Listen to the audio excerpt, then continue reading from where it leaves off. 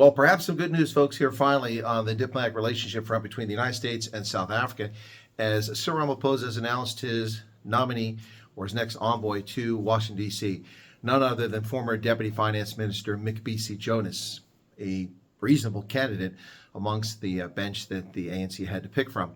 He's, as I said, was a former finance minister, and he also was a published author, graduate of UCT and Rhodes.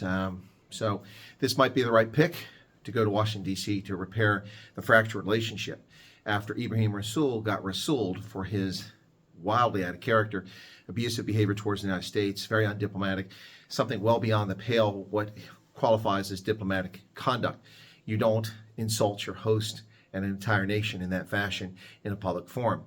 If you have such views, you keep them to yourself. But Ibrahim Rasool couldn't help himself and ran his yap. Well, of course, a lot of people welcomed back as a hero the horrible Americans who give us $500 million a year and buy all our crap and just give us duty-free access to the market. They're just so evil and save us from HIV. Terrible Americans.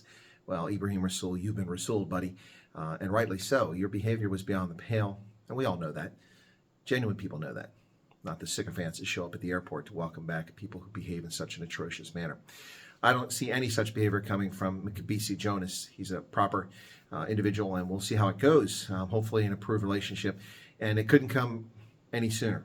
South Africa must move quickly, must move with alacrity to get themselves a trade deal with the United States, or they're going to find themselves right back in Knast, right back in a crapper very soon if they don't get this sorted out. So hopefully South Africa will get back on a good footing here, and things will improve, because at the moment the relationship is very, very dicey between the United States and South Africa. We can only hope for the best, folks.